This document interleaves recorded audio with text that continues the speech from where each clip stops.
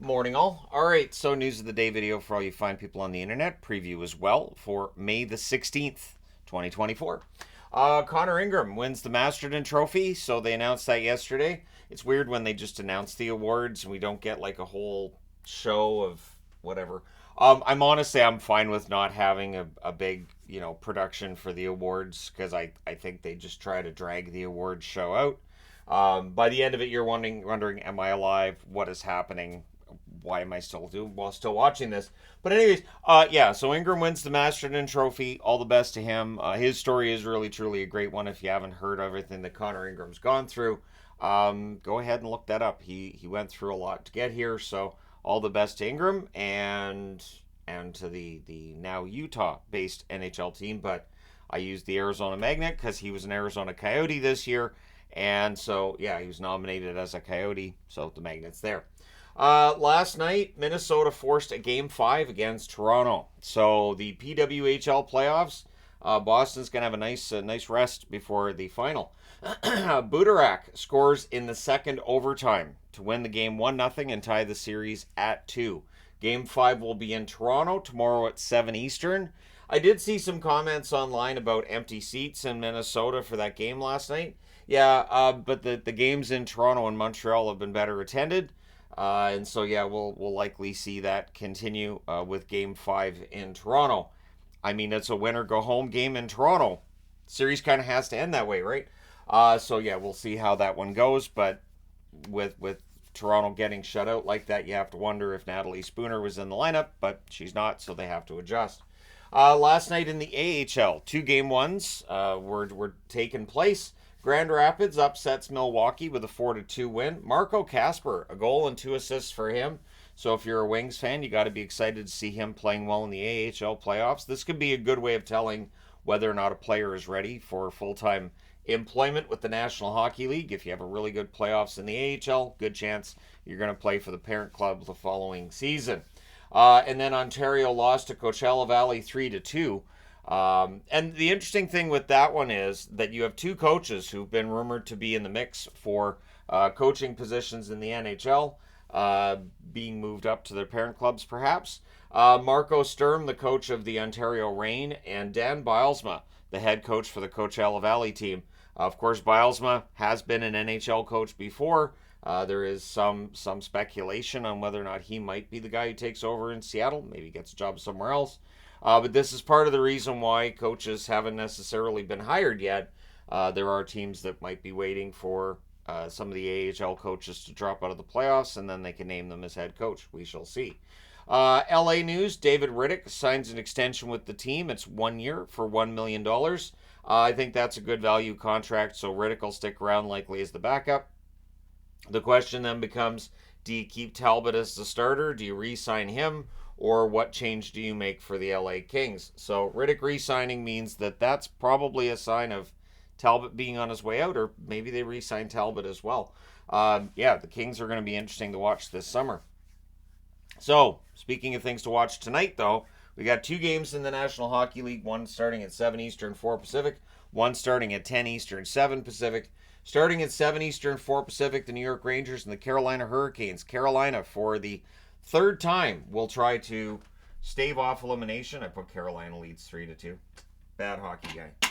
Actually, I'll just say the entertainment guy set that up.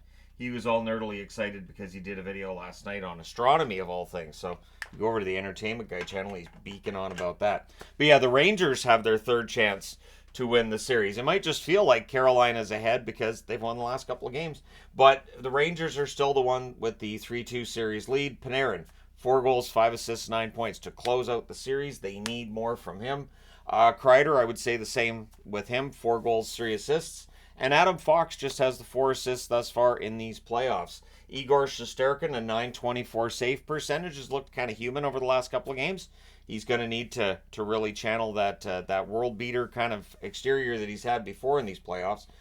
Jake Gensel, 4 goals, 5 assists, 9 points. Again, it's Carolina with a chance to force a Game 7.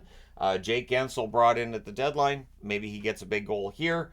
Natchez, 3 goals, 5 assists, 8 points for him. And Jacob Slavin, it feels like he might be due for a point or two. A goal and an assist, 2 points. I know he's an excellent defensive defenseman, but Slavin does have a little bit of offense in his game as well.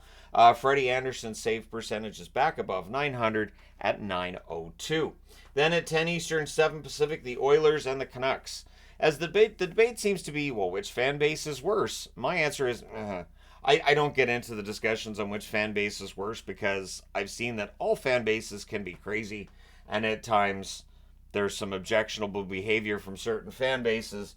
But I also understand, too, that I don't attribute it to being a majority of the fans that are is problematic in some of the way they behave online. I think it's just certain people, and so I don't tar an entire fan base with that. And so I think it's an interesting debate to have. I do think that the Edmonton Oilers have been the better team in the series. I also think Vancouver has a lot more to give than what they've shown. Vancouver's just, I don't know, it's sort of similar to how parts of that second half of the season went. But still, the series is tied at 2, so it could go either way. For Edmonton, Zach Hyman, 9 goals, 2 assists, 11 points. Can just keep doing what he's been doing, getting some goals here and there. Draisaitl's been fantastic, 8 goals, 12 assists, 20 points. And Evander Kane, 2 goals, 3 assists, 5 points for Kane. Probably looking for more points from Kane, but They haven't confirmed the starter tonight, but it's got to be Pickard. 917 save percentage in that game against Vancouver the other night. Skinner, 877 save percentage. I can't see them going back to Skinner. And I say that even though before the last game I was like, well, you should probably stay with Skinner. But now that Pickard's won that last game, just playoff rules seem to state if you won your last game with a certain goaltender, you stay with that goaltender. So by that rule, it should be Pickard, but who knows? On the Vancouver side, JT Miller, 2 goals, 9 assists, 11 points. He's been quite good. A lot of talk about Pettersson. And yes, Pettersson needs to be better. I will agree with people that maybe he's dealing with an injury, although it can be on the mental side of it as well. A goal and 3 assists for Pettersson in these playoffs. I think he's been better over the last few games, but can he be better than that? Yes, he absolutely can. And so we'll see what happens with him. Mikheyev, I've seen people complaining about Mikheyev. Mikheyev is just not allowed to get points in these playoffs. He doesn't have one. And it's been a rough season for Ilya Mikheyev altogether. I feel bad for the guy because he's had a lot of really good opportunities. They just don't go in the net for him. And so maybe he gets a big goal tonight to get that piano off his back.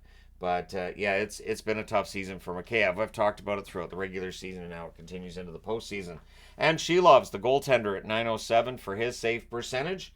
We'll see if Demko's ready to come back anytime soon. But the idea is Demko could be ready for Game 6, potentially.